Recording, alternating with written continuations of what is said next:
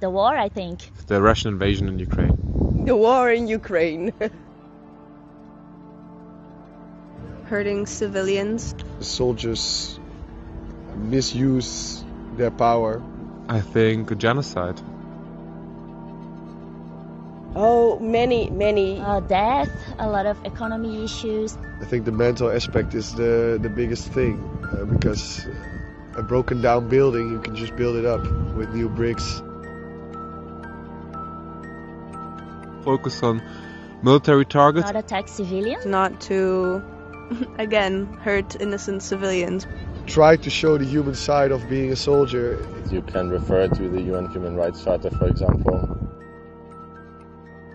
Rules of war imposed by the ruler on soldiers and warriors. Never fight the enemy until they start. Do not kill those who escape and flee. Do not attack the wounded. Avoid mutilation. Do not enter their houses. Do not attack women.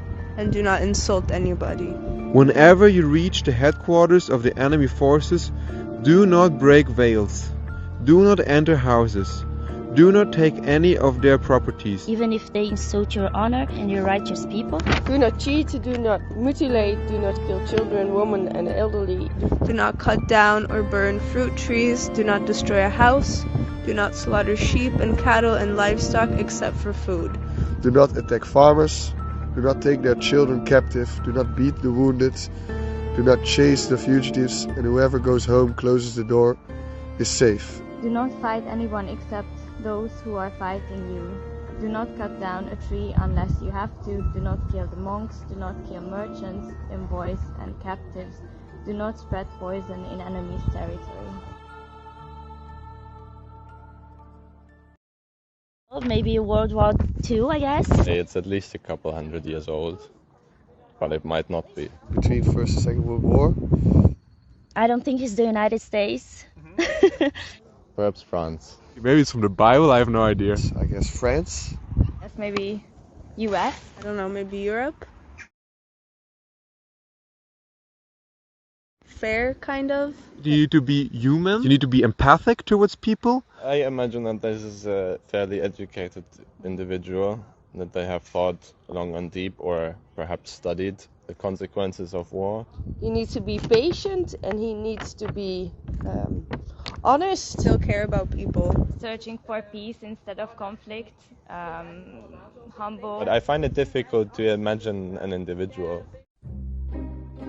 These laws were made 1,400 years ago by Muhammad ibn Abdullah, The Prophet of Islam. And Ali ibn Abi Talib, Who ruled for more than 4 years on the laws of war. Not only was human life, property and reputation important to them, but also the rights of animals and plants were respected in war. and this is completely different from what the media and terrorist groups have shown. In one of the battles, Muhammad completely changed the path of his army. Just because a dog was feeding his puppies. That's so cute. If they would be respected, it would be a positive thing. Oh, that's amazing. I didn't know that. That's very interesting. I feel like there's a lot of prejudice towards people and nations.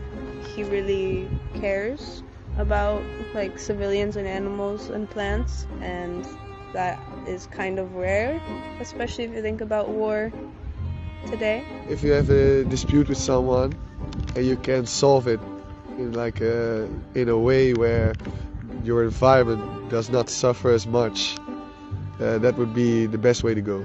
We often confuse what the media says and of the actions of terrorist groups with the whole group or a whole religious group or a whole country. And it goes to show that there's way more than what people believe and the news portrays.